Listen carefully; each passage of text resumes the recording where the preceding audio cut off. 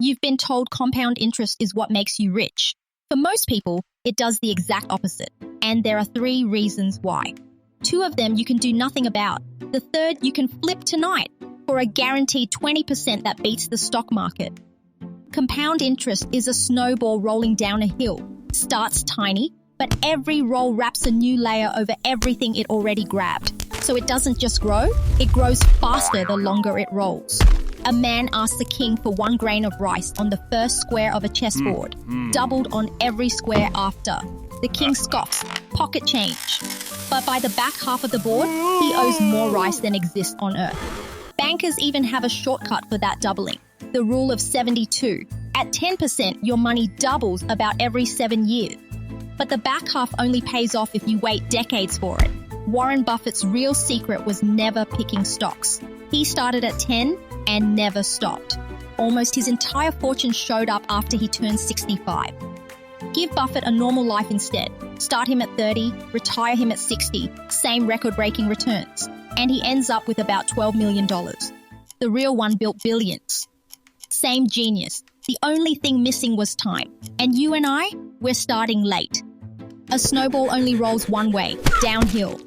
And depending on where you're standing, it's rolling either toward you or onto you. Where you stand on that hill, it's how much you own things. And the snowballs roll down to you, owe or own nothing. And they roll onto you. Reason 1, your debt. Carry a balance on a credit card. The average one charges over 20% a year, and that interest compounds against you. You owe interest, then interest on the interest, and the pile grows on its own, faster every month. Every dollar of that growth leaves your pocket for the banks. Same snowball from the chessboard, rolling at your face instead of toward you. And I'd know, I bought the designer stuff to feel rich while a snowball exactly like this rolled over me. Took it lightly, right up until it stopped being funny. Because clearing a 20% debt is mathematically the same as earning 20%, guaranteed, risk-free. The stock market gives you about 7 after inflation, and only if you don't panic sell. Paying off that card isn't being responsible. It's the highest return move you've got. Reason 2, your whole life.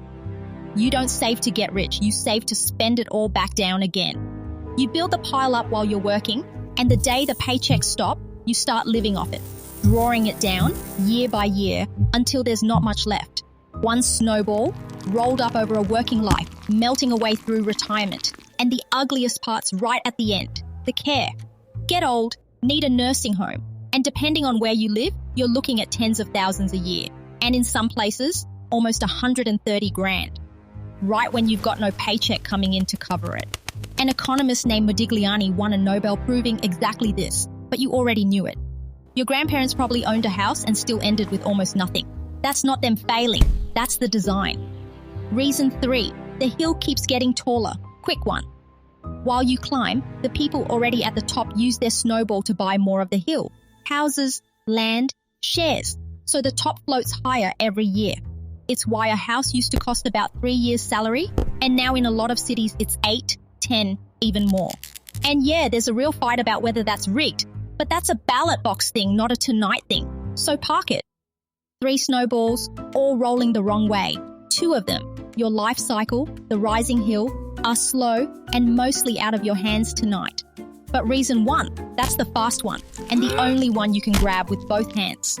So do it. Throw every spare dollar at the highest interest debt you've got, because that's a guaranteed 20%, and nothing else in finance pays that. Then change the target. You were sold the moon. The real goal isn't a giant pile, it's a number, roughly 25 times what you spend in a year. That's the top of the hill, enough to coast over the part of life you can't work through. Not infinity, just enough, plus a buffer. Remember the king and the chessboard? Everyone wants to be the inventor, the one the rice rolls toward. But if you've got a 20% card in your pocket right now, today, you're the king.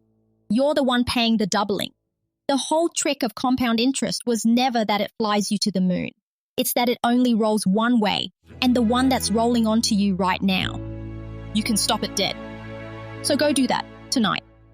And if you want the next move, the stuff nobody bothered to teach us, hit subscribe. It's the one snowball that only rolls toward you.